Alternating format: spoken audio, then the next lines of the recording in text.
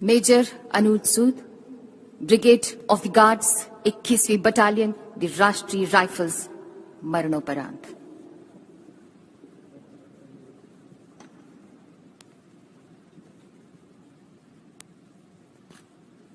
Major Anuj Sood Jammu व कश्मीर के कुपवाड़ा जिले में 21वीं बटालियन दी राष्ट्रीय राइफल्स में कंपनी कमांडर के तौर पर ऑपरेट कर रहे थे।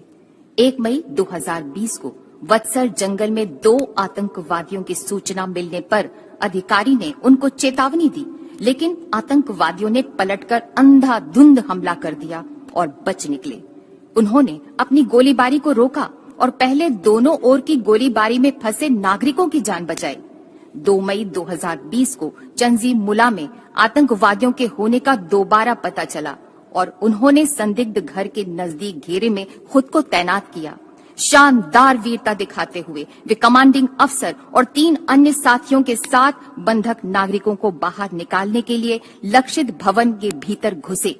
अपनी निजी सुरक्षा की परवाह न करते हुए वे लगातार गोली चलाते रहे और कट्टर आतंकवादियों को मार गिराया, जिससे 3 बंधक नागरिकों को बाहर निकाला जा सका।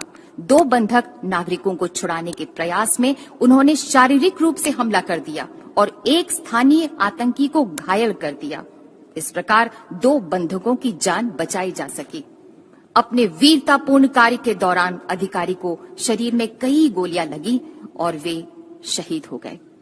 इस प्रकार मेजर अनुज सूद ने विशिष्ट वीरता और असाधारण साहस का परिचय दिया और राष्ट्र के लिए अपना सर्वोच्च बलिदान दिया।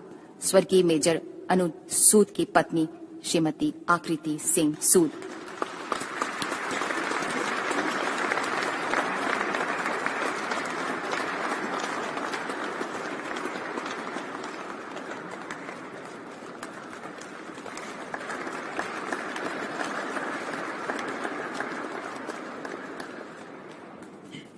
जवान मेजर अनुज सूद की पत्नी राष्ट्रपति के सामने जब पहुंचती है तो उस वक्त नरेंद्र मोदी के भी आंखें नम हो जाती हैं।